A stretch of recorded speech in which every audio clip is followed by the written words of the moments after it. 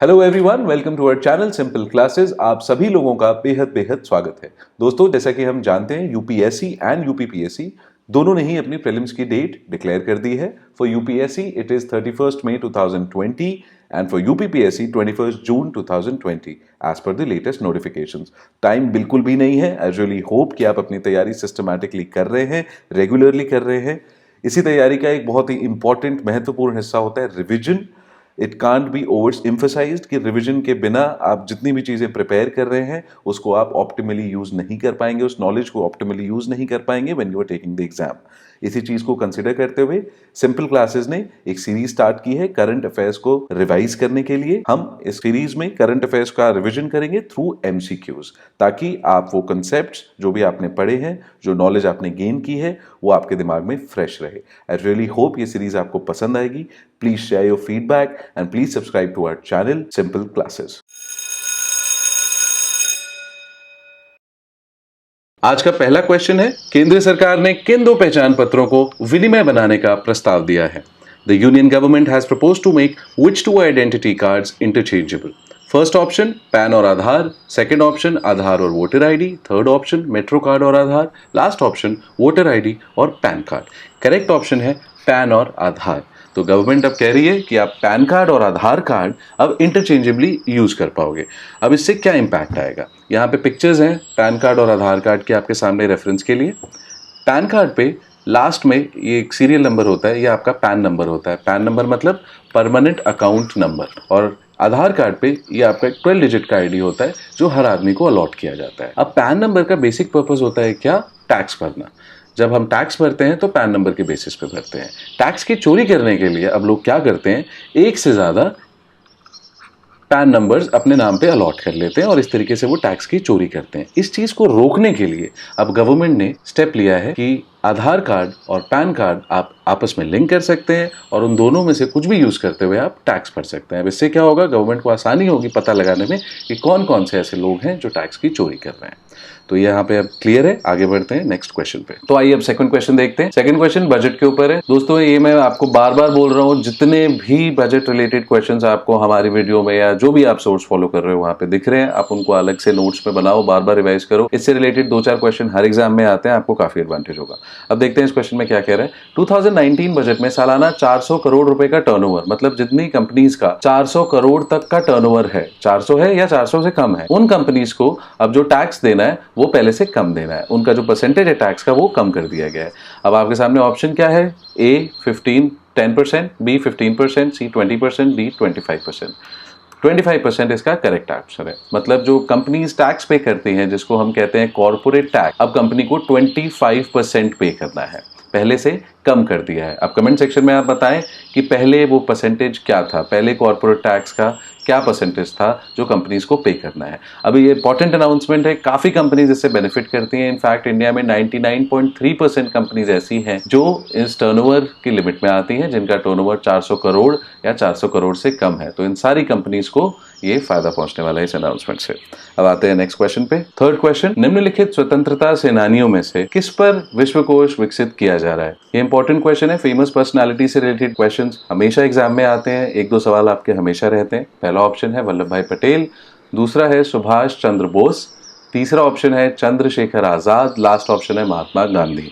इनमें से किसके ऊपर इंसाइक्लोपीडिया बनाई जा रही है? इसका करेक्ट ऑप्शन है, करेक्ट आंसर है महात्मा गांधी। जो इंसाइक्लोपीडिया इनके ऊपर बनाई जाएगी उसका नाम होगा गांधीपीडिया। विकिपीडिया से मिलता जुलता है, आपको याद भी रहेगा।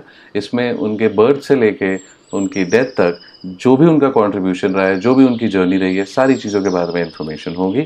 अब गांधी जी पे क्वेश्चन आया है तो फटाफट उनकी आत्मकथा का नाम भी देख लीजिए। ये आपके सामने पिक्चर लगी है उनकी किताब की, जो उन्होंने खुद लिखी है अपनी लाइफ के ऊपर, माई एक्सपेरिमेंट्स विद ट्रुथ। आपको मौका लोगे तो ज़रूर पढ़िए। जितनी भी फेमस पर्सनालिटीज़ हैं उनके बारे में, उनकी जो ऑटोबायोग्राफीज़ हैं, बायोग्राफीज़ हैं, वो पढ़ने से काफ़ी मोटिवेशन मिलता है हमें अपनी लाइफ में। अब चलते हैं अगले क्वेश्चन की ओर।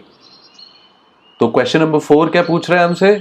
बाबू नारायण के बारे में। इनका रिसेंटली न्यूज में नाम आया था। क्यों आया था ये देखते हैं। इनका हाल ही में निधन हुआ था। अब क्वेश्चन हमसे पूछ रहा है कि किस क्षेत्रीय सिनेमा से इनका लेना देना था। एक बहुत बड़े नामी गिरामी फिल्म डायरेक्टर रहे हैं। किस रीजनल सिनेमा में ये फिल्में बनाते थे?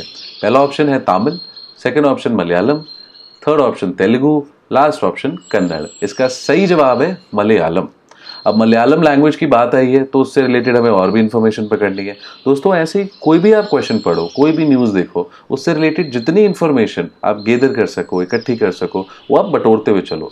एक तो इससे टॉपिक आपका अच्छे से कवर हो जाता है, दूसरा आप कहानी आप पढ़ लेते हो, अलग अलग चीजें उससे रिलेटेड पढ़ते हो, तो वो चीज याद भी आपको ज्यादा समय तक रहती है। Back to this question, Malayalam कहाँ बोली जाती है? मलयालम बोली जाती है केरला में।